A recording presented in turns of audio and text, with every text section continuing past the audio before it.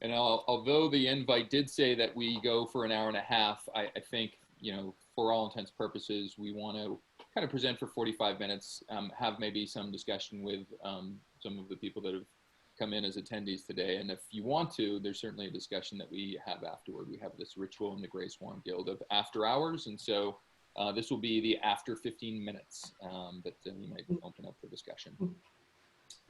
All right, Dave, Sharon, are we ready? Born ready. Let's do this. Let's do this thing. So welcome, everybody. This is our first research, sense-making, and intelligence event, but writ large, it's the first public event for the Grey Swan Guild. We'll get into what this guild's all about, maybe how to participate, but in this one specifically, we're actually tearing open the onion in terms of the pandemic. Now, the last 3 or 4 months, we've spent a ton of time learning, discussing, sense-making, what's going on about the pandemic. And we're here today to share with you some of the things that have at least arisen to our minds as the truth. So look forward to the next hour. And as always, there is a chat box here. So if there are questions or things that we want to pile up for the end of our discussion, please put it into the chat box. And as well, after this discussion, I would be reticent if I didn't make a plug for our website, greyswanguild.org, where you can see all the different activities and things that we do here at the Guild. Now, I'm joined today by my co-host, Dr. Sharon McIntyre. I am indeed respectful of that title. She is an amazing mind in terms of, I know I've known Sharon for the last decade in terms of open innovation. She's an educator, she's a researcher, she's an entrepreneur, she's a speaker, and she operates at the intersection of values and creative culture. And at any point in time, I'm talking to Sharon in a car because she's just recently moved from Calgary to Victoria. Correct, Sharon? That's right. Awesome. Well, I'm glad you've joined me and are co-leading this today. And we have our expert panelist who now we've kind of brought in as our chief sense maker, Dave Marvit. He is a co-lead of the Open Innovation Gateway powered by Fujitsu. He's dedicated to enhancing our humanity through tech, which is so needed. And he has a penchant for creating businesses at the bleeding edge and is interested in the deeper truths about tech. All of this is true, Dave, correct? It is indeed. Excellent. Well, let's have a good discussion today. I thought maybe I should spend 2 slides just giving people perspective in terms of what the heck is a Grey Swan Guild. It's probably a top 3 conversation in my life over the last 2 months. I guess it's a number of different things. One, certainly our tagline is global sense making for the world's biggest challenges. We got together on a Facebook post and a blog post. We wrote about a pandemic. We kind of wrote with a little bit of emotion on our sleeves and a little bit of sense making about what was going on in the world around us on March 13th. And lo and behold, 4 months later, we're sitting here with a guild. There's about 300 members. We're in about 40 different countries. We've got 7 different organizing groups. So it really started to take on attraction unto itself. And if I was try to summarize this in an elevator conversation to somebody, it would really be these 3 things. We are a group of people. And I think beyond just being a collaborative community of sense makers, there seems to be, and maybe I'll ask you guys to chime in a second, but there seems to be a sense of positivity and humanity about the people that join our guild. Like, it's just not about sense making the world. It's about how do we create a better place for the people around it. We're also a global action-based think tank, and we produce content and production similar to the webcast that you're seeing today. We've produced our first document, and we're about to head into our second wave of analysis. Any musings in terms of what our guild is, guys? I'd say the essence of it is a loosely structured collection of people all volunteering their time and dedicated to trying to make sense out of this tumultuous time. Wonderful. Great collection. And Sharon? What really heartens me about what's happening with the Guild is we're not interested in polls that ask people how many rolls of toilet paper they saved at home and hoping to be inspired about what's next. We want to really understand how lives are changing. And we want to do that in creative and useful ways. So it's a really exciting adventure to be part of. And towards the end of this discussion, we'll give you options and arrays of different things in terms of how other people can participate too. So as I mentioned, we're in a lot of different places, and we had done this in the early days. I think this is evidence maybe of some of the how do we work in new media, and how do we surface kind of different insights at a moment's notice? So here are some guild members and one of the exercises we went through a while ago. So we got a lot of stuff to cover today, guys. So I am going to go straight into the research itself. I've got about 15 or 16 things on our list. So this will be definitely the sprint of activity here, but my hope is it is still a conversation. And one of our guild members I thought might set the tenor of the discussion here, Rowan Somerville, who's out of the UK. He's an author. He wrote something about leadership in terms of just kind of a metaphor in terms of trying to get back to normal. I'm not too sure what you guys think about the next normal or the new normal, but I think it's going to be really tough to go back to where things are, or at least were pre-pandemic, and probably would be foolish to. So I think we're going to share some insights around that. But any thoughts in terms of the tenor, in terms of what we've experienced over the last 4 or 5 months, guys?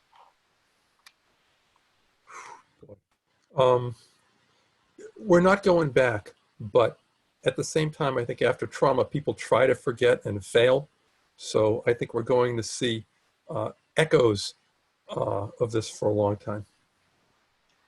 And my quick bit, I know you've both heard me say this before, is for the first time I'm seeing people in power, particularly from a business and organizational perspective, who are starting to speak about being willing to give up that power to not go back to the way it was before, even though they were in positions of privilege, particularly when they're thinking of next generations and where things are going. So when you start to see glimmers of that, there's hope, I think, that at least a faction is really looking for what's next, and being part of creating that. It's great to see. I almost did, from a guild perspective, I almost feel like we're out in front of the curve in some respects, trying to get at the humanity behind a lot of these different challenges. So exactly. All right, and so this was informed by a survey that we had sent out to people in May, June of this year. We asked, I think the first question in the survey was, how are you feeling about the pandemic right now? And certainly if you want to look at equal distribution curves, this is about it. We are, certainly in the middle. 4.2 is the average, at least as it was as of yesterday. And it seems to be there are people, depending on backgrounds and pensions, and I did actually check, Sharon, in terms of if the needle has moved over people that have answered the survey back in May versus July, and it's inched up 0.1. So I would suspect we may be meh about the pandemic for different reasons now. But any reactions to what you're seeing here, guys, in terms of the optimism, pessimism curve? I think it's I wonder what it would look like in non-pandemic times. Yeah, I also think it may reflect more about human nature than about our current circumstances. Yeah, it can be a coping mechanism, right? Optimism is what pulls you through. What are your thoughts on it, Sean? Well, I think if I looked at it from the outset, I think we were dealing with the shock of it, right? And there are certain people that are drawn to action and feel like they can rise above it, and there are other people that feel like oppressed by the shock that just happened. I think if I was to use myself anecdotally, I would say the different kind of distribution curve now is I am just so tired of this, and can we not move on, versus this is going to have a lasting effect for a long, long period of time, and we better keep paying attention to it. At least that's kind of my sense of the world right now. I also think that when it depends on when you ask me. There are days when I'm optimistic, and days when even hours when I'm pessimistic, and hours when I'm optimistic. So I'm sort of all over the map. Minutes in fact. Minutes. Sometimes. Fine granularity, absolutely. Yeah. Well, and Right, I know Sharon. that's one of the things that we're talking about too is, this was a survey that was open for quite a period of time, and we're looking at different ways to supplement or augment this with perhaps daily or regular polling where we can actually timestamp things, and it's very difficult to correlate it with things that are happening out in the community or in the marketplace. But it might, I think we're going to get some really interesting, at least perhaps geographic data, and then perhaps some psychographic or other forms of data to see how that pulse is changing on a regular basis and what's influencing it. But right now, this is where we're at. The only last thing I would say is Nate Silver, who I guess predicted Obama's rise to success. I guess that's his big. And Hillary Clinton's. And Hillary Clinton. Then missed on the Trump thing a few years ago. But that notwithstanding, Certainly in the first month, a lot of our insecurities were around health. And they quickly, after about a month, so he almost targets it to a date. He asked to poll every day. And around April 12th, I think it turned from health into economic challenges, which I think we're all looking at. And my empathies for people, listening in today in terms of some of the things that have probably buffeted you over the last little while. Now, similar question, we want to serve up a poll. So as much as we're in the research business, we want to do research as we're doing research. And Sharon, we're going to walk the tightrope of tech challenges here. We have a poll in terms of just setting this pandemic in context. And let's see if we can pop it up. All right, and so for the people that are participating today, we'll leave this up for a few minutes, and we'd like to ask you this question: months into the pandemic, how are you evaluating the importance of its impact? So I'm going to launch the poll now, and the options you see that are on Sean's slide are the options you're going to see in this poll. So here you go. We'll wait the 10 seconds before we bias our audience, but maybe we can talk as people are answering the poll here, guys. Yep, answers are coming in.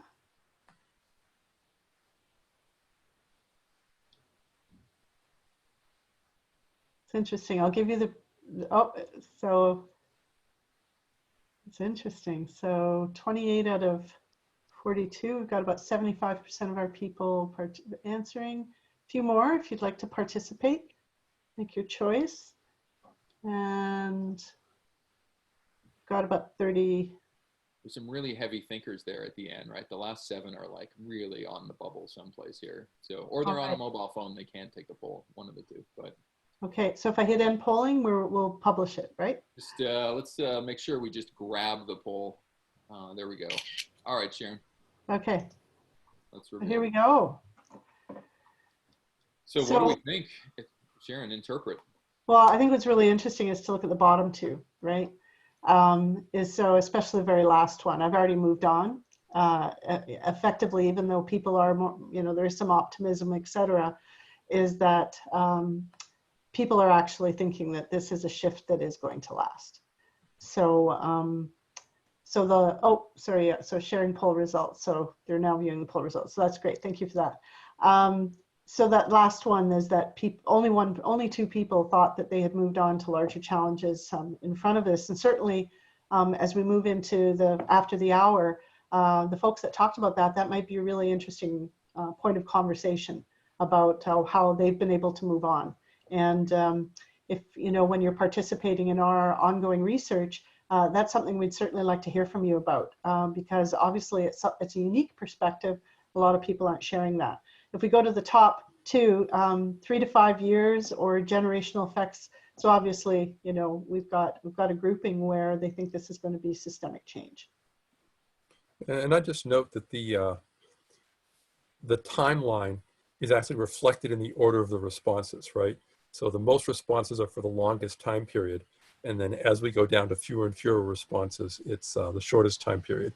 So that reveals something. I'm not sure exactly what, but it definitely says that there's a sort of continuous logical flow of how people are responding.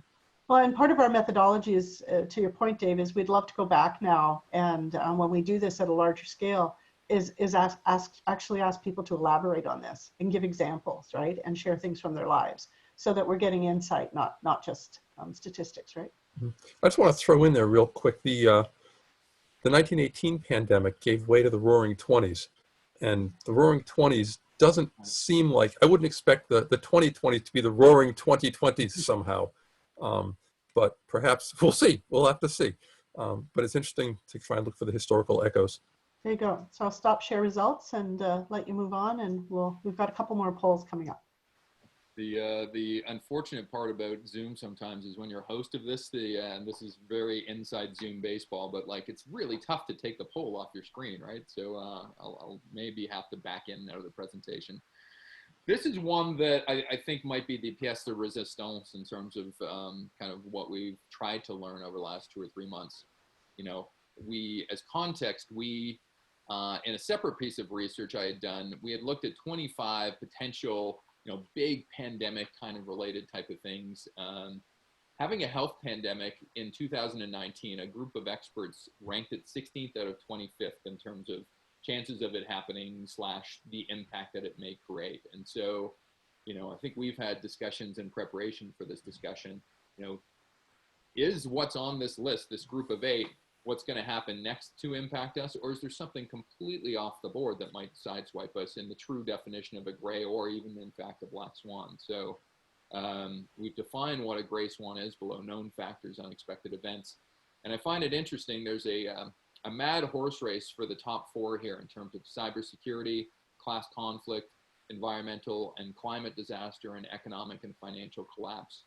And I would only say the one really interesting thing for me is we asked this before any of the racial conflict that was asked that actually happened in the United States, and then proceeded to actually have protests around the world. And so it is kind of research imitating life, I suppose, in terms of just anticipating what was, and then sure enough, I think a preponderance of things happened to create a lot of the conflict. So guys, what's your interpretation here?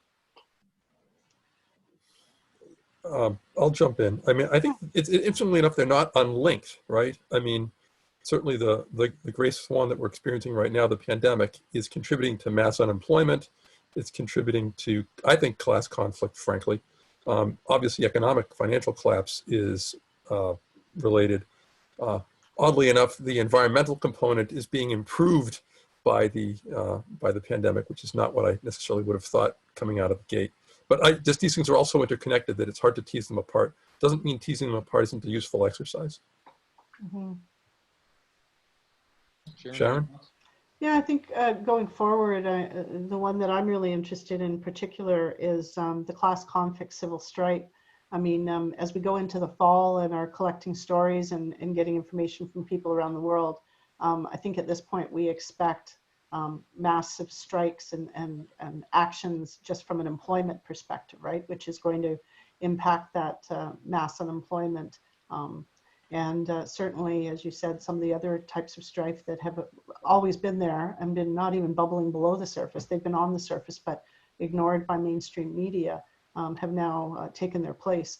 So it will be interesting. There are some things bubbling up about cybersecurity, and especially American election, some cybersecurity things going around hacking, whether it's virus data or hacking Twitter. We'll see how that emerges as a concern, and if things start to pull ahead. And I mean, we are a global guild, but I root myself in the front page of the New York Times today, and the top 2 articles was about the rebounding of the virus in the United States and some of the reactions and counter reactions people are having. So as much as it's in 5th place, it's interesting how fragile gray swans can be and how they might rise up the chart real quickly. Right. Depending on and Hong Kong is already in its 3rd wave, right? So, mandatory masks, et cetera, started last week again. So, Sharon, I know we've looked at this for a little bit. Do you want to introduce us to this chart and what you're seeing here? Right. So we asked people about what will change the most over time, as you can see there, as we recover. And as you and Dave and I and others have talked about this, obviously we see that the 3 of these are very interconnected. And one of the things that we're going to be noticing and asking people to help us learn more about is how the home and work and school is changing. And this could be, again, one of those radical and systemic shifts that forever the home is no longer the way it has been, a refuge or a place of entertainment. Now that it is a place of work, a place of schooling, a place of isolation, a place of telemedicine, a place of all of these things. And we've seen these historically. Very interesting to look back anthropologically and look at when the concept of home shifted. There are a couple of really great books on it. Witold Wisbicki is one of the great authors about home. So we're seeing that these 3 things are changing. So it is workplace and employment, but how we make money, will we be returning to smaller companies? Every day we're seeing, I think I saw this morning, LinkedIn is laying off 6% of its workforce. Companies are every day coming forward and saying everyone can work from home for the foreseeable future. And these are fairly, left brain, engineering driven, sales oriented companies that are saying, anybody can work from anywhere.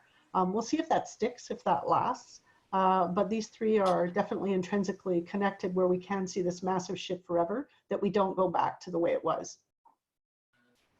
It's just on that note, I'd love to claim credit for this, but it was actually another Grey Swan Guild member, I don't remember who, said the very notion of work-life balance is obsoleted. And now we need to think more in terms of work-life integration, which is fascinating and daunting and healthy and unhealthy. It's a very rich notion that certainly speaks to Sharon's comments about the nature of the home changing. I'm going to throw the next one up because I think it links to the number one on this chart. Let's see if it goes. Sorry, guys. Got stuck? Yeah. There we go. The just to the point you were making, Sharon, in terms of just the working from home. You know, we ask people to kind of forecast out, you know, how things will change, and certainly, you know, as much as people are probably drinking and maybe smoking a lot more than they used to, there's a belief out there that we'll get back to normal at some point.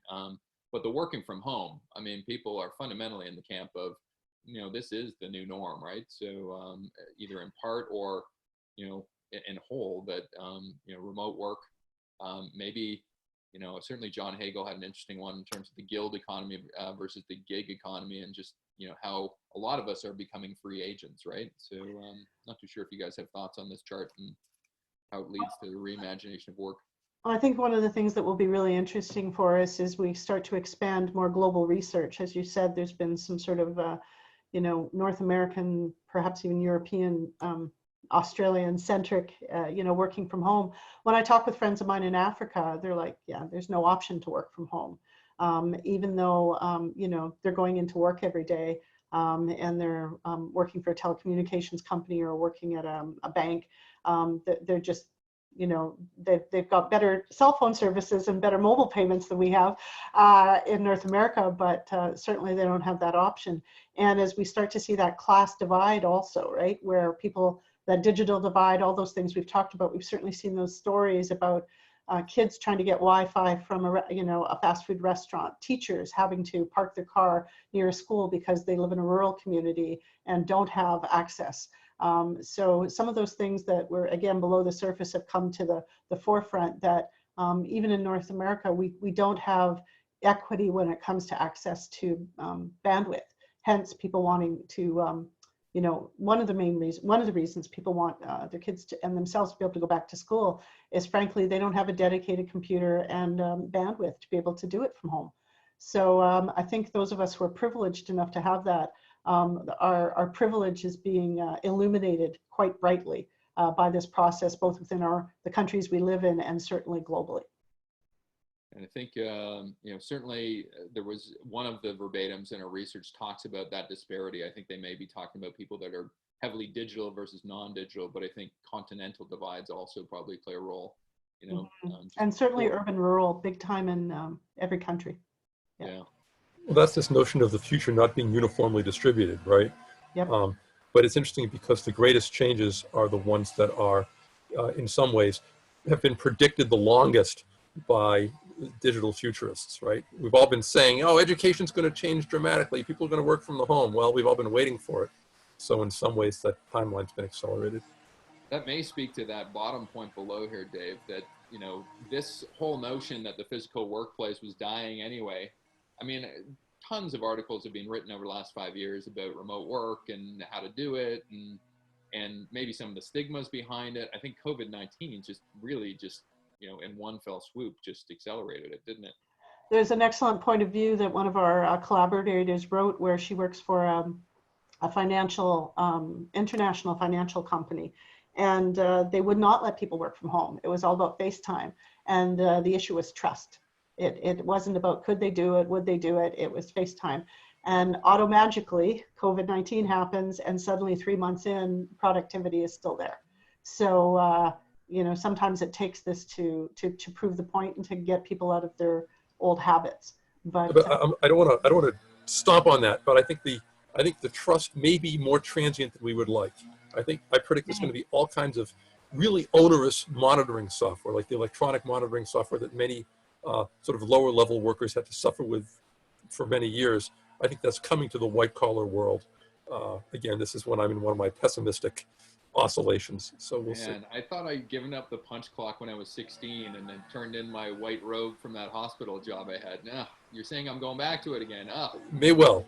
Well, and Dave, that same type of onerous surveillance is in the education world too. You know, so that who took the test? Was it you? How long? You know, all that type of thing. You know, it's a slippery slope. We can't keep up with it. Trust has to be built in, right? Outcomes. All right, we're on to trust now. And Dave, maybe I'll let you have first crack at this. The purple, I guess, are the entities and the groups of people that have come out of this pandemic a little bit more favorable in people's minds. The green kind of middling, and the orange, man, they could have done a better job, at least based on the averages. Any thoughts as you look at these 16 groups where you have some takeaways or some? Yeah, I mean, there's lots of room for interpretation, of course, but one of the things that struck me is sort of the bottom two, right? The religious and faith-based institutions and the news, which we kind of count on to help us understand and explain the world and even predict and keep us safe because we're well informed. And I think they've both, certainly people feel as though they failed in that regard. When you're caught completely by surprise, it's like, how could that happen? Well, what were my sources of information and belief that led me to be caught so much by surprise? So that's one interpretation for those landings so low on the list. Yeah. And Sharon? I think we were delighted to see grocery delivery and neighbors move to the top. That wouldn't have been there in many communities, you know. And to Dave's point, I mean, we're going to embark on some longitudinal research to see if these are transient changes. But it's delightful to see them there for sure, especially in urban environments, right?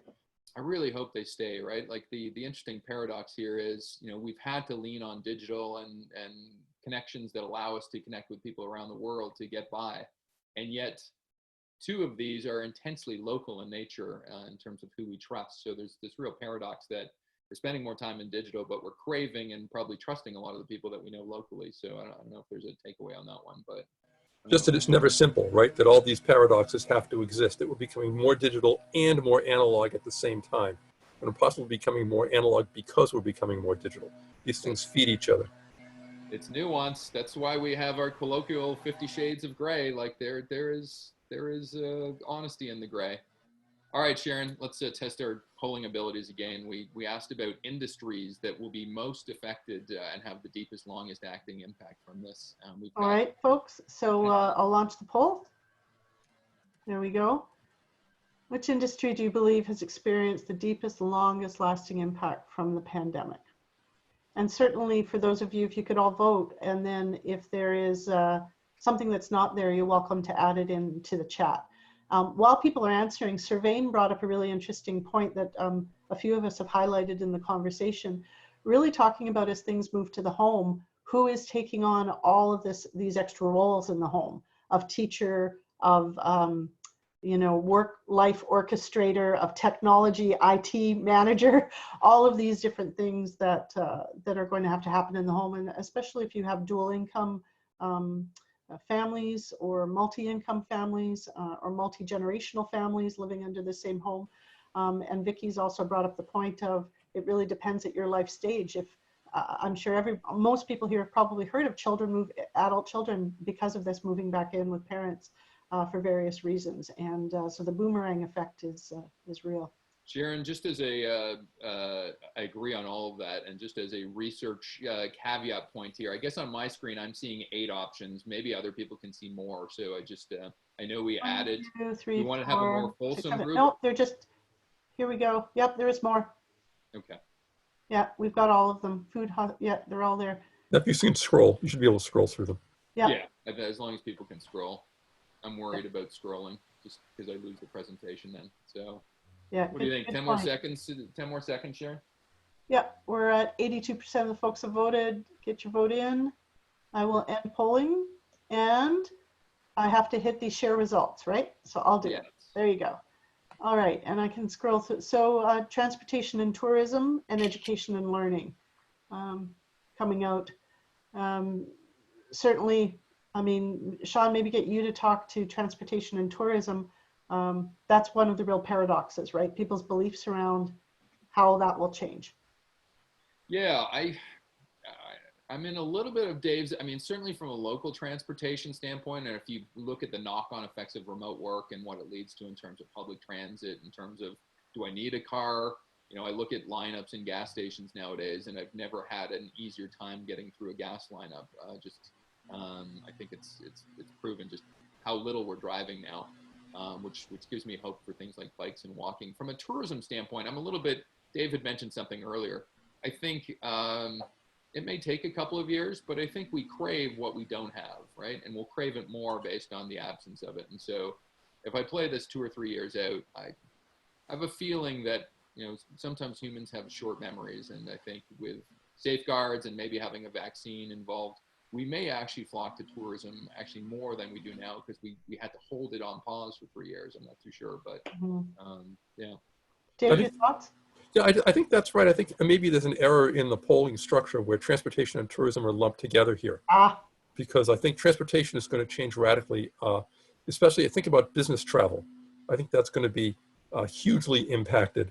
And I would predict more than tourism, let's say 3 years from now. So I think that lumping those two together was probably an error on our part. And I think one of the things, education and learning, and we could talk about retail, some of these things is, you know, we've heard from many sources that things that were already being changed, you know, ivory towers and paradigms that were already crumbling, this has been accelerated. It wasn't caused by the pandemic, but certainly accelerated. So lots of talk about ivory towers and lots of talk about public transit and global warming, all kinds of things that we're moving towards change. Certainly education and learning making that major shift. And myself working in the public education system as a professor, it'll be very interesting to see what happens. I'm actually, it'll be very hurtful and challenging for many people as it changes, but I'm really fascinated to see what comes out of this in 5, 6, 7 years.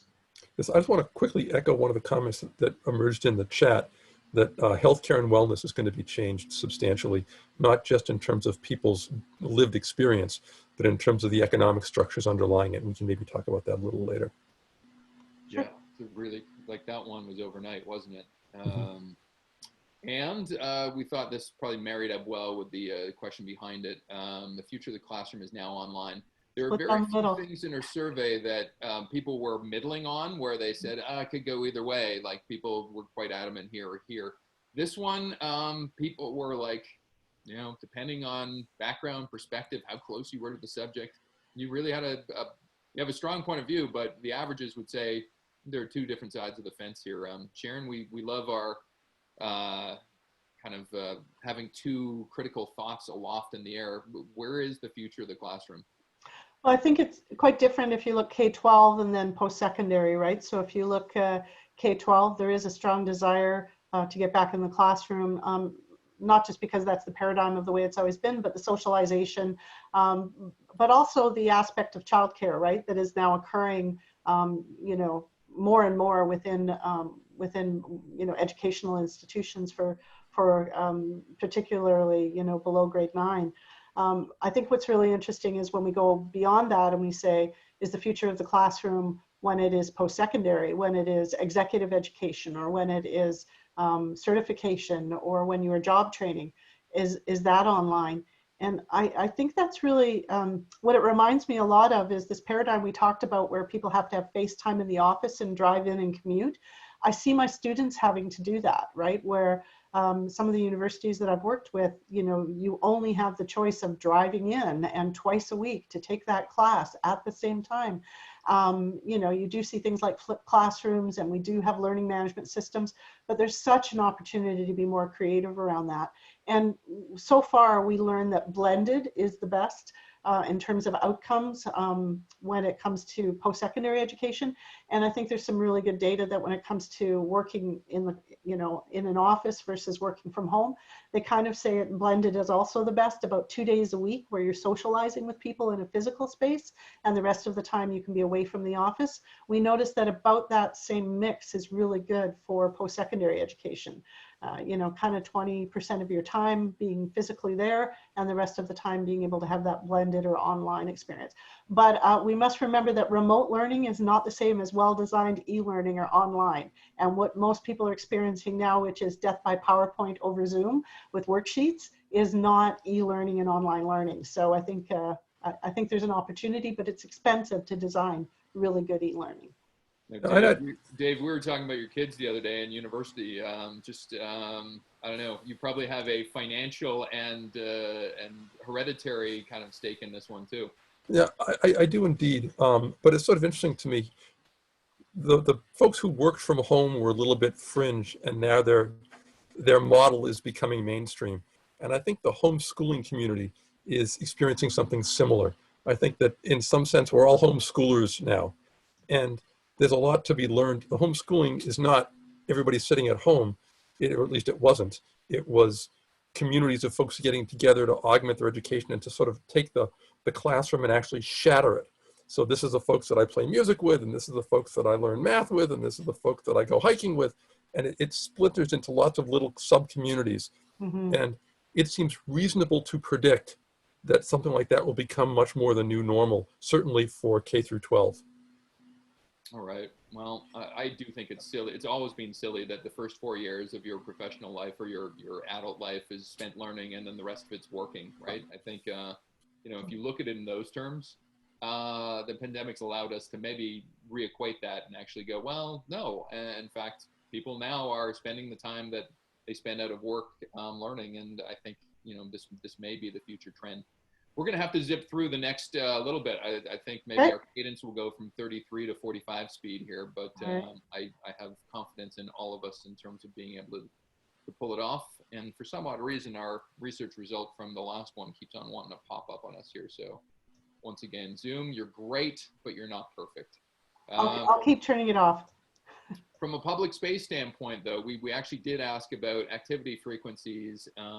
After this crisis is over, will you be doing more or less? And there were some interesting things here, but I do look at, I'm a big sports fan. I'm glad that I'm going to be watching 6 sports on TV at any one point in time in August. I think all the leagues are getting back, but the actual idea of going to a stadium to watch a concert or an event looks like it's going to take a long period of time for people to do that, and to a lesser extent, public transit and airline travel.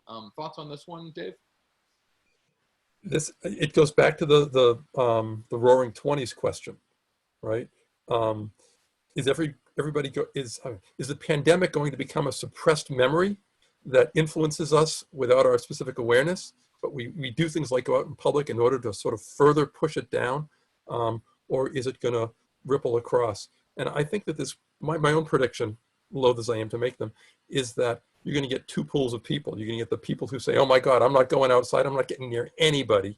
And you're going to get the pool of people, frankly, like too many young people today, who say, to hell with this, I'm going to the bar and having fun with my friends.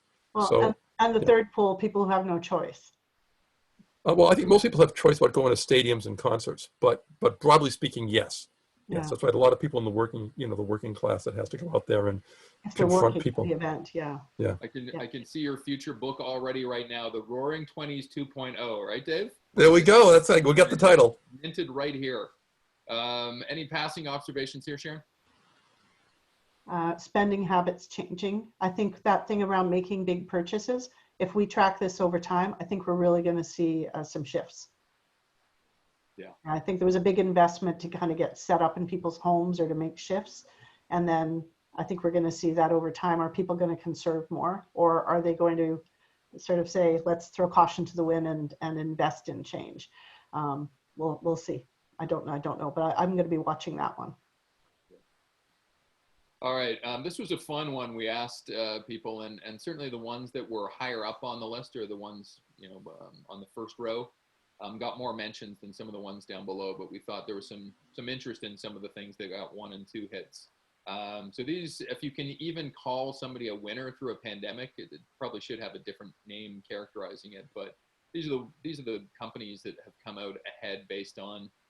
Well, I guess maybe I'll throw it out to you guys. Is there a theme behind the 15 companies here? And some of the ones on the lower row, Ocado is a online supermarket. Smash Test, myself and Dave were musing, what is a romper? but apparently they produce rompers, which I guess if you spend a lot of time at home, that's quite comfortable. Corporate giving was Benevity, and Blue Dot was the company that used AI to find out something was going really wrong in Wuhan, probably days and weeks ahead of the rest of the world. And so, so those were some of those companies. But Sharon, over to you. What's your thought here? Well, people had to change their shopping habits, right? And we're worried about, they were looking for entertainment that was safe. And, you know, I think we're noticing immediate behavioral change, but we'll see over time, right? There was some hoarding behavior that happened. Some people had to shift where they purchased. So we'll see, but from what I've seen is people, you know, the rich get richer, right? So the big companies are gaining, and the owners of the big companies are richer post-pandemic than they were before. So there are definitely net gainers after that. Zoom, we talked about it. They've come up with a piece of hardware. We talked about why Zoom. All of us know that there were, you know, 12 other options for doing video conferencing, and they're like, how the heck did this happen? And we talked about the simplicity and some of the simple features that were in Zoom, and we'll see if their play into hardware, their $500 US plus tablet becomes popular, or if Zoom gets acquired or is a flash in the pan, and some of these other providers actually start to look at user experience and simplify their experience with their various video conferencing. But I think this, again, is really going to change over time. This is people's perceptions in the middle of a crisis. You mean this list? Yeah, this list is the perceptions. Yeah. Yeah, I think that's right. I think also there's something going on about substitution, right? I mean, when people are stuck at home, can't go out, you're going to substitute shopping analog, if you will, shopping in person with shopping online, hence Amazon, Shopify. And I think the sort of the digital entertainment consumption is going to go up, right? And that's, you know, Netflix and maybe UFC.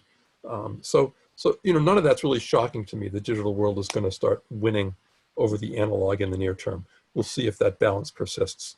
Yeah. I mean, they do say that, you know, I'll use fitness as my my metaphor here. If you do something for 6 weeks in fitness, you start to ingrain a habit, right? And I think as much as we may dismiss this as we might return back to normal if everything gets back to normal, I think there's a wave of particularly older generation people that have flocked online and actually enjoy it. I've talked to, you know, senior citizens that love the experience. And so I think they might be lost to the retail universe forever. Could be wrong, but we'll see. Definitely a sign that retail was already changing and has just been pushed over the edge. But, you know, just really quick. So like Netflix and others have these collective experiences where you can like be together with people that are remote, right? Which is kind of substituting for the movie theater experience.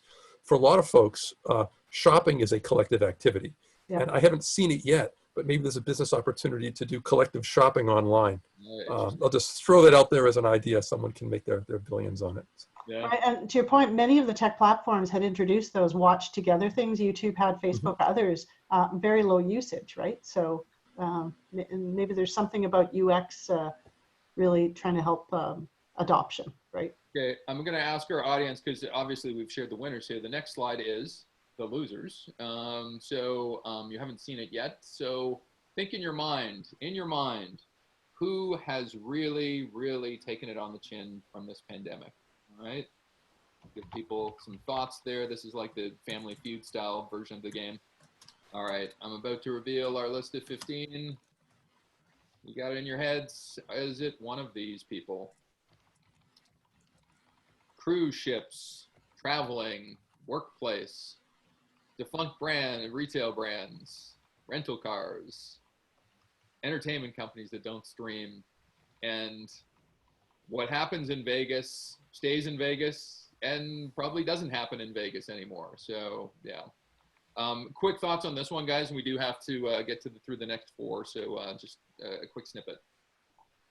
As optimistic as I am about some of the businesses bouncing back, I think the cruise ships are going to be in real trouble. I think it's going to be a very hard one to come back from. If you look at the booking data, it's kind of shocking, though. We'll see. Yeah, and on Vegas, I guess you can gamble in more ways than one. I'm not sure. I don't want to push too hard on that one. It's true. Yeah, no, it could be self-validating. No, we talked briefly about like Warner Brothers, right, versus something like Disney, where Warner Brothers, Sean, if you want to talk to the physicality versus having more of a blended portfolio approach to having some digital and having some physical, right?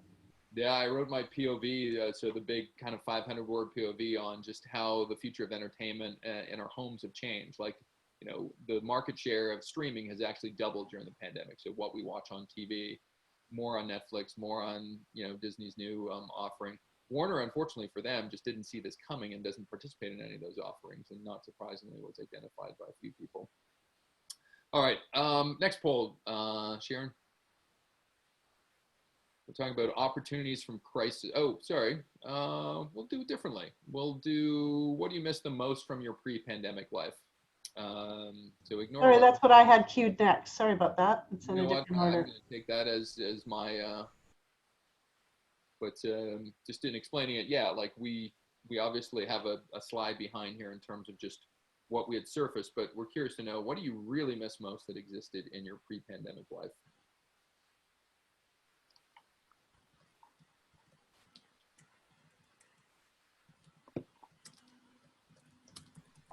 I do have the fourth poll, Sean. It was just in a different order. Yeah. So we could maybe loop back to that if we have time. That was my mistake, Sharon. No problem. All right. We're at 75%, 84. Yep, that looks good. I will end the polling and publish one or two more votes. And there we go. Okay, end polling, and I will share the results. There we go. What do you think, Sharon? We got a three-way race for the top. Yeah, well, and socializing is the one that a few people have talked about it, that there are these intersectional things, right, that happen. And socializing is around freedom, it's family, it's friends, it can be travel, it can be all of those things, but just being able to serendipitously get together with people. You know, the number of introverts I've seen, they said, even I miss it, right? That ability to just meet up with people and spend time together. You know, humans are social animals. So it's probably the one that that goes through those the most, connects with other ones. Your thoughts on that, Sean? I'm missing a frosty pint on a patio, having animated debates with friends about who the best third baseman was for the Boston Red Sox in the 70s. Yeah, that's my... And I guess I'll chime in that, I mean, this is not a surprising statement at all, but the fact that socializing is so high also points to the inadequacies of our video conferencing technologies, right? It just doesn't cut it, guys. And it's shocking to me that business has been as effective over this medium as it has been. And maybe that points us to the difference between business communication and social communication. Yeah, and to your earlier point, Dave, lots of opportunity for innovation in this space to make it feel like it is more social. I know a colleague friend that I'm working on a project with called me on Monday, and we put in our earbuds and we went in our own cities for a walk while we talked. And it was great, you know, as opposed to sitting down at the screen and doing this, right? So who knows what people will come up with to make the engagement, the digital engagement, more social. And you think that's because there was a shared physicality, even though it was remote? I think that's super. Yeah. That's super interesting. That is super duper interesting. I'm gonna work that one. Yeah, that's great. We'll see. Okay. Yeah. Given all right. like 5 new ventures here, so absolutely. Absolutely. This one, it's probably our busiest chart, but I thought we would expose the full landscape and maybe get all of us to chime in on maybe one of these things. Dave, you had an interesting I think maybe a little bit more US based sense of what's been revealed to you through this this kind of health related situation in the US. I think you referred to it earlier in our presentation. You want to speak to the idea that you sure. Again, this live, learn, lead, love, the sort of the 4 L's is one of the organizing principles that we've been using at the Grey Swan Guild. And in the love quadrant, as I was looking at broad adoption of universal basic income and universal childcare, these also point in the direction of universal health care. And for me personally, I was never a huge proponent of it, frankly, but I've come to recognize, as I think many others have, that health is not just a private good, it is a public good. That is, everybody else's health affects me, not just my health, but my lived experience more broadly. And when thought of that way, it becomes much more reasonable to say, gee, the government should be stepping in and providing healthcare at a broader scale. That paradigm shift, I think, is virtually resolved in the US. Maybe I'm overstating it a little bit, but I think the debate is no longer, gee, should we have public health or not? It is, how should we implement things? So that's an enormous shift. And Sharon? Well, as someone who's Canadian, we say, woohoo, yes. My experience of having people who haven't had universal health care, I've taught in Denmark, and when people come and teach from other countries that don't have it, and year after year, they start to see what that looks like to have universal health care, and they start to, you have to feel it, I think. It's not something intellectual, right? You have to experience it the way Dave has talked about it. Oops, sort of the share results have auto-magically gone up again. I'm not hitting anything, I promise you. No, just, Zoom wants us to know what the research is, so no. Yeah, no, exactly. The thing I want to highlight was the love. I mean, one of the things we do differently and hope to continue to do differently at Grey Swan Guild is to really have this emotional, life-lived component, right? What is it that you are experiencing? And I think some of the things that were outlandish that were talked about from a policy perspective over the years, thought of by many policymakers as really far-reaching, like a universal basic income, are actually on the table for discussion now. More you're starting to see at a state or regional or local level than a national level in some of those countries that haven't considered it.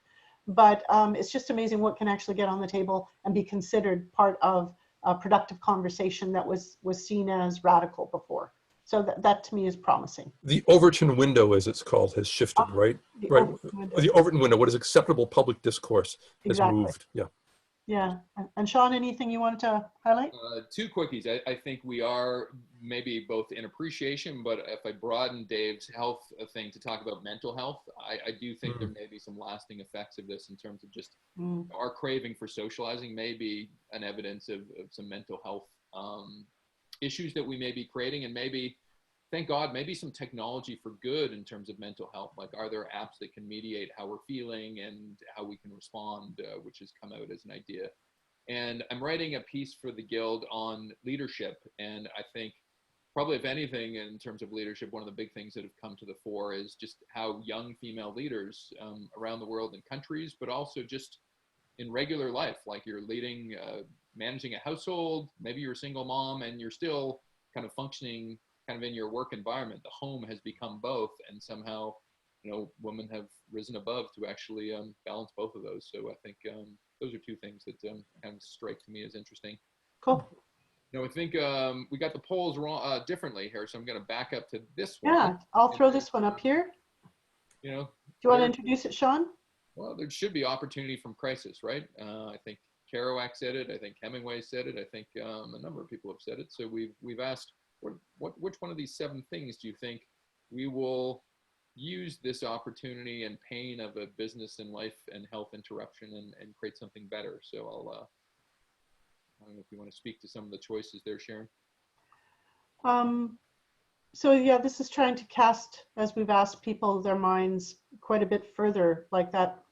I like to think about that 6-7 year window. What will we learn from this and do better? What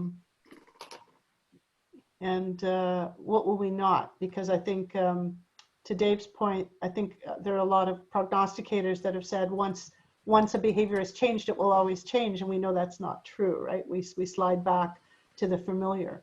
But I think there is a general sense, at least I think quite a few of us are sensing it, that there are beginning to be people who are willing to make a sacrifice for change. There are people who don't have a choice to make sacrifice, we know that. But those who do have a choice are also willing to do it. And I think it's going to be interesting. We'll see in future elections, right?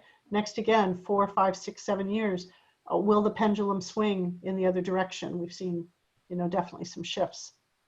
We're at 68%, so I know this is a big question. If a few more people, 72%. This is better than any kind of political electorate I've ever seen. Like, usually we're struggling to get 50%. Now we're getting, like, you know, we're up to 75. I think this is. Yeah, and we got a couple more people. So I'll do a countdown as Andrea would have done for us. It would be 5, 4, 3, 2, 1.5, 1. Oh, we're up to 80%. That's fantastic. Okay. I know last time we got to 84, so I'll end it here. And there we go. Wow. Sean, why don't you react to this one? I think you usually ask me or Dave, and then we'll throw to Dave. Well, I think the knock-on effects, like if somebody was a systems theory person, they would have a field day with this one, because I think the reappraise where and how we live has so many different things that are staples of our society. What are our real estate values? How do we set ourselves up? Should we live in cities? Is this a counter trend to urbanization where people are going to move back to the country because they can? You know, do you need to move to Silicon Valley to set up a startup? There's a ton of things related to that red bar question that I'm seeing here, in terms of reappraising where we and how we live. So fodder for future analysis and sense making, I suppose, guys. Definitely. Dave, anything you're seeing here? I'll Global climate only got 1 vote. That's tough. That's the tough one. You know, I'll be a little discursive. We did a project for an insurance company, and we interviewed a bunch of people and said, what do you worry about, right? Because theoretically, that's what insurance is designed to address. And this one woman, brilliantly, I thought, said, I worry about the unimaginable, which was not even the unanticipated, right? But the unimaginable, which is fantastic. And I think this pandemic, even though we call it a gray swan, for most of us, it has been unimaginable. I couldn't have imagined this was going to happen. And I think when the unimaginable happens, sort of the cement unsets and the scope of personal possibilities expands, because it has to, because it already has expanded forcibly. And I think that's where we get the, oh my goodness, I think that's where we get the reappraise where and how we live. I think it's just, oh my God, I got to rethink everything now because the scope of possibilities is greater than I'd imagined. Well, and what you've described, Dave, right, is that's how evolution happens, right? Incrementally and then all at once. That's and right. You have to have a lot of those little incremental changes until there is that step change, right? And that leap of change that happens in evolutionary biology. And so we're a natural system, and we've gone through one of those shocks.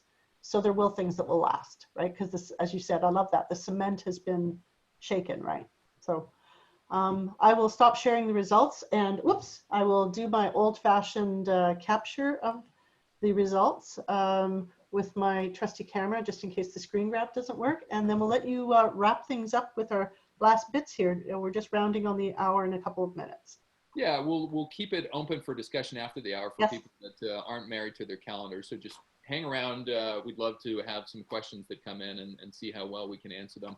I'll do the scattergun 2-minute offense here in terms of just what we're looking at next. Here were some of the missings, top kind of 15 things people talked about. I think it was consistent with the polls that came back.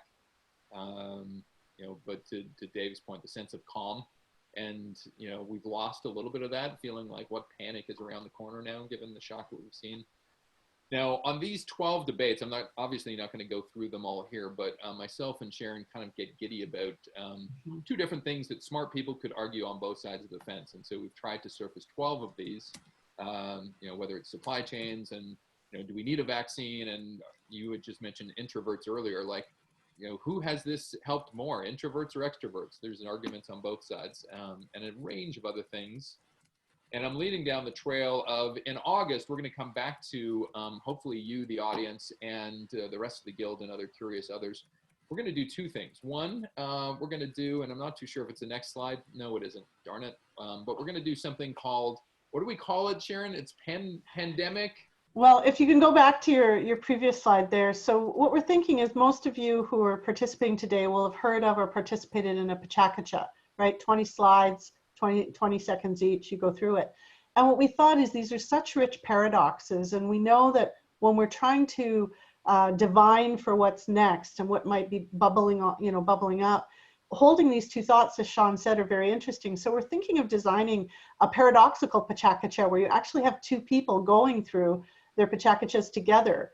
And Dave, I'm going to invite you to say that very pithy thing you said yesterday, that when you get, you know, when they're both true, that when neither are being discounted, this isn't a debate where one is going to try to win over the other. we're trying to surface what's really real about these seemingly very antithetical, paradoxical things. And Dave, your Oh yeah, statement.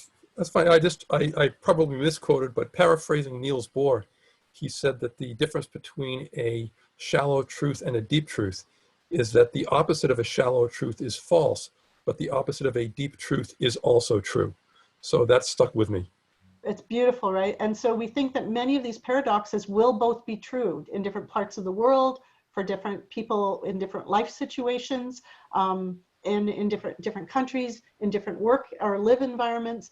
And so we don't know what's going to happen, and we would like to continue to help tease these out and have some real fun doing it also, and some lively discussion. And even the discussion will provide us with more insight. And feedback like we're getting today will also provide us with more insight. So we're hoping to do that in August, right, Sean? Yeah, and I'm excited about that. I think that could produce some real interesting content, but also just really engaged stuff. Coming from a competitive landscape of team sports growing up, I've gone the other road of, if we have a second event, maybe we'll do an actual debate. Sharon, you get your team uniforms, I'll get my team uniforms. We'll find 3 people. And sometimes there's some learning by taking things out to the ranges, right? Like my sense is sports will be involved in the debate somehow, and I'll have to like bone up on something, so we'll get that. But what I would invite is people who are participating here, these debates, these 2 slides that you've seen are actually in our full report. So I know we'll be sharing out this presentation, but also if you download the full report, if any of you would like to, choose a side and be able to represent that, let us know. And I think it would be really fun, as Dave said, some of these things do hold deeper truths, and they're both true, and we need to explore these dualities more.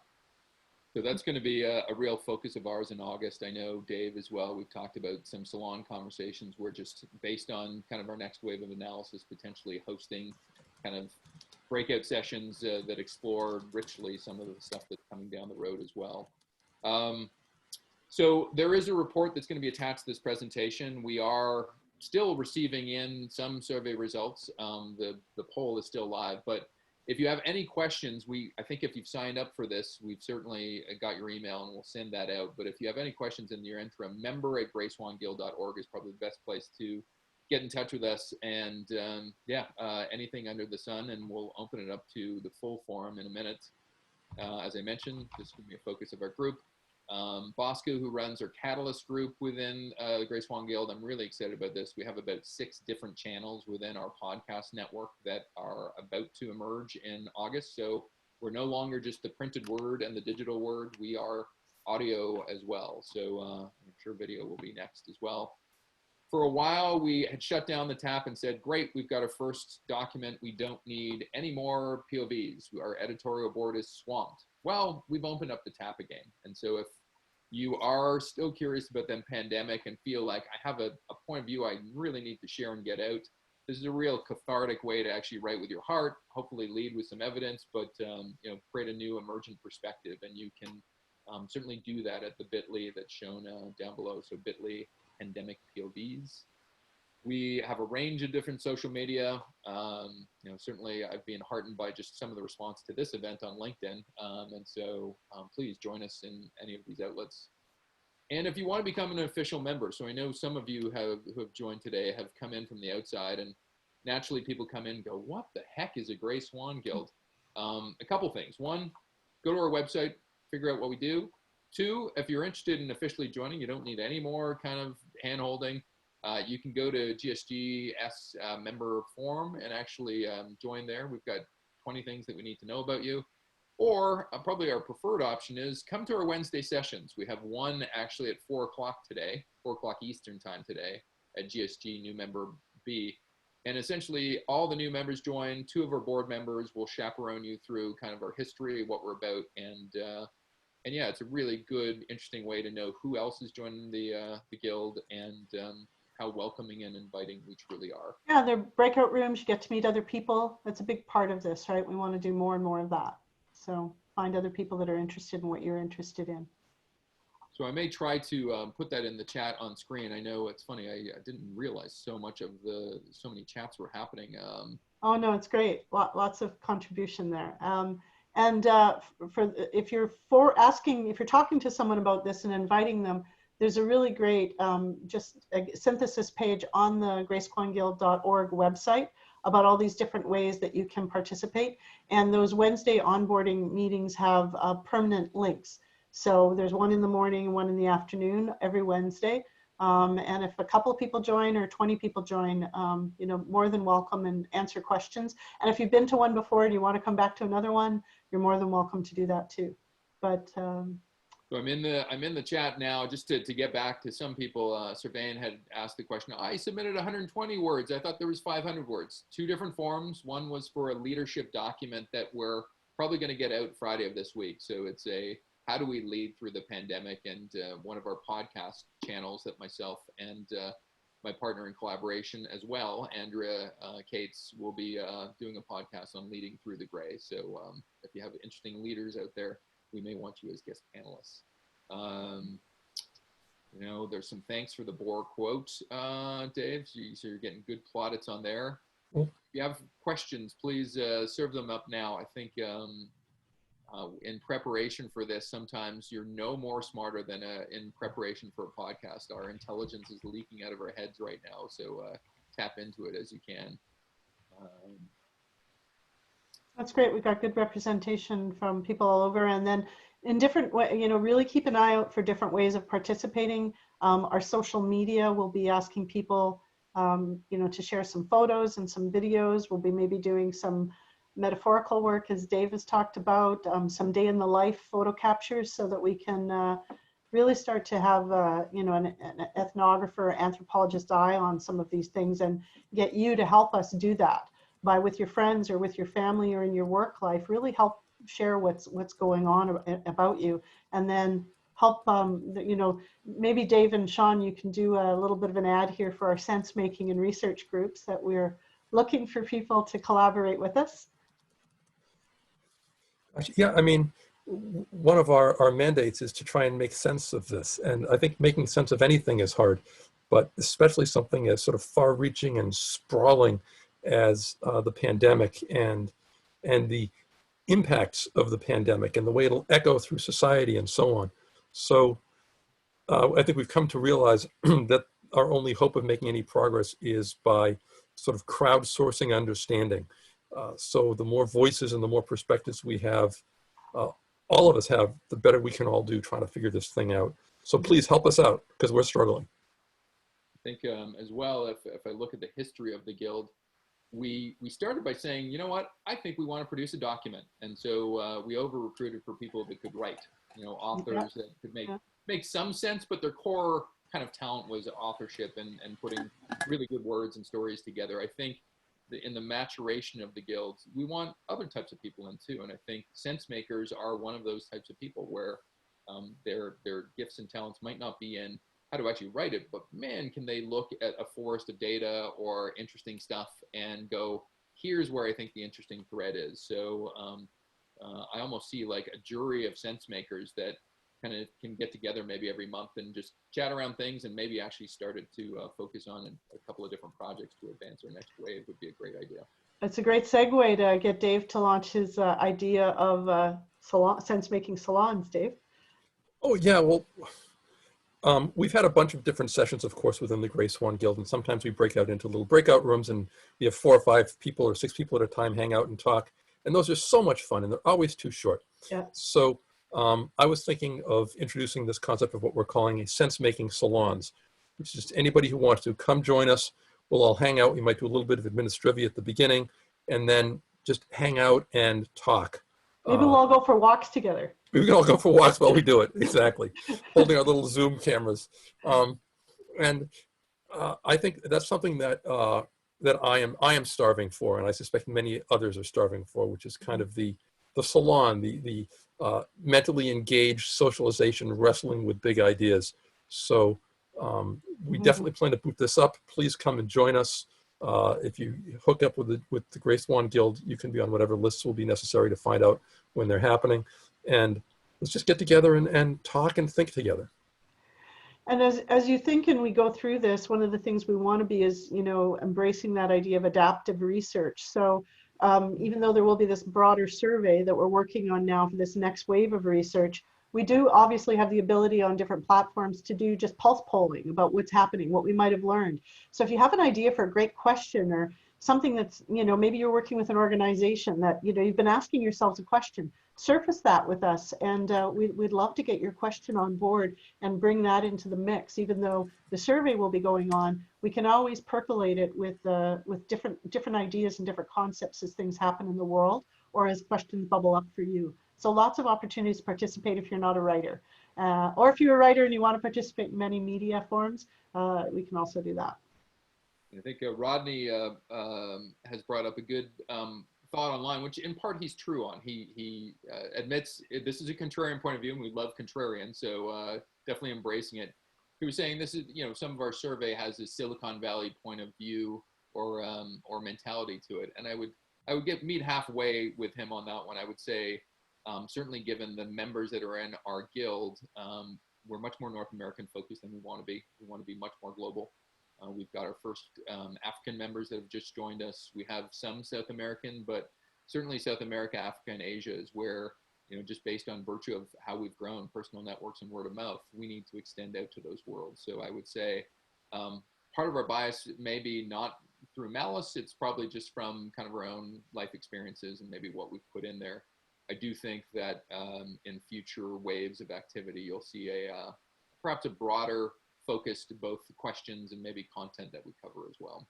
Yeah, and we've also talked about getting youth involved, right? So even, getting that spectrum from an age perspective too. So we'll see how that evolves, but it'd be great to get some younger and some much more senior people involved too. So. And then Servain is asking, where's the best email place to send the surface questions that you had just asked them? And Sharon, you had asked it, is it member@greyswanguild.org, or would you prefer a different? I know you're manning sometimes the LinkedIn kind of channel as well. Potentially, they could maybe get in touch through. Yeah, there are multiple ways. So Servain, if you want to just direct to me here in the chat, where is best to reach out to you, I'll figure out what works for you and let you know. But certainly going to the website and there's an open communication form that's there, or you can do it through any of our social channels by linking to us through that. Servain's provider email, which is great. Yep. And she's one of our newest members, actually, so I love new members coming in and getting infected by this. Yeah, I'll email you right away, Servain. Usually what we do at the end of this is, I know we've kind of exhausted some of the stuff in the chat box. I think we've at least cleared some of it out in terms of people's questions and stuff. Maybe just 30 seconds, Dave and Sharon, in terms of just kind of, if you look at the 15 different questions that we tried to answer, is there some overall bent, some overall kind of soundbite that you can provide, and just some guidance for the future, I guess, for the people that have come in today, and we'll close it out that way. So let's start with Dave, I guess. Wow, yeah, that's hard. I guess for me, the sort of the greatest insight so far is that, every time we sort of break it down and try and say which of these will be most affected, or which of these is going to be the most highly valued, if you look at the list, they're all interconnected, and it's looking at this meshwork and trying to pull one piece out of it, and of course everything else is going to move, right? So that it makes the process of sort of prognostication more challenging, but it also means that we have the opportunity to change more things. So I would encourage everyone to think about the world we would like to have at the other side of this, and see what we can do to move it in that direction. And Sharon? Just the thing to embrace is many of us have gotten used in the organizations we're working with to using things that we tell each other they work, like let's do a focus group, let's do a survey only, let's you look at our sales data. So I noticed Jonathan's talking about sales and he wants to do something on sales. I think that's awesome.